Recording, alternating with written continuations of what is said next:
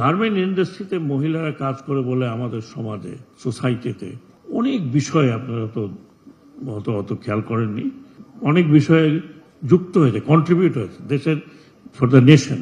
এই মহিলারা গার্মেন্টস ইন্ডাস্ট্রিতে কাজ করার কারণে আমাদের বেবি বুম কম হয়েছে। তো আমি একটা কোটেশন নিয়ে শুরু করেছিলাম, ভাবছিলাম ওই কোটেশনটা দেবো।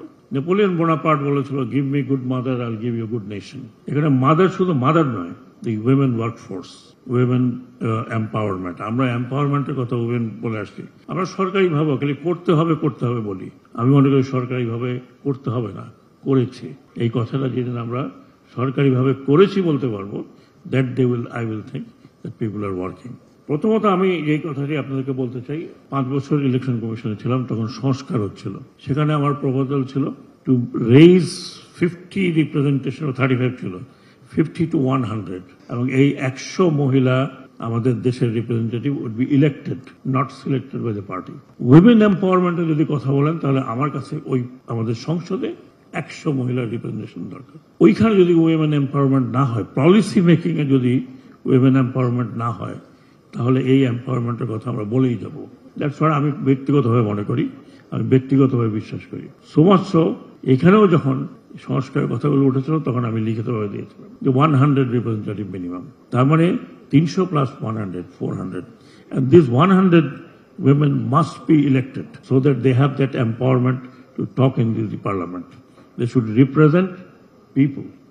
আমাদের দেশে আমার জানা মতে 2008-এ যখন আমরা ডিজিটাল ভোটার লিস্ট তৈরি করলাম, তখন উইমেন রেশিও ছিল 51%।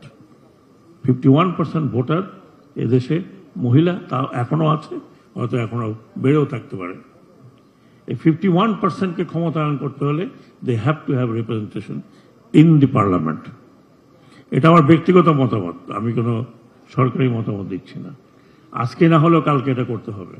ইফ ইউ ডোন্ট, ওটা যদি আপনি করেন, তাহলে এই যে এত কিছু আমরা এখানে বললাম করতে হবে, এই করতে হবে কথা তখন বলা লাগবে না। তখন women would have participation in the power making, in the decision making process. অনেক কথা বলতে পারে না, এদেশে প্রায় 35 বছরের মতো, 40 বছরের মতো আমাদের 2জন মাননীয় প্রধানমন্ত্রী ছিলেন মহিলা।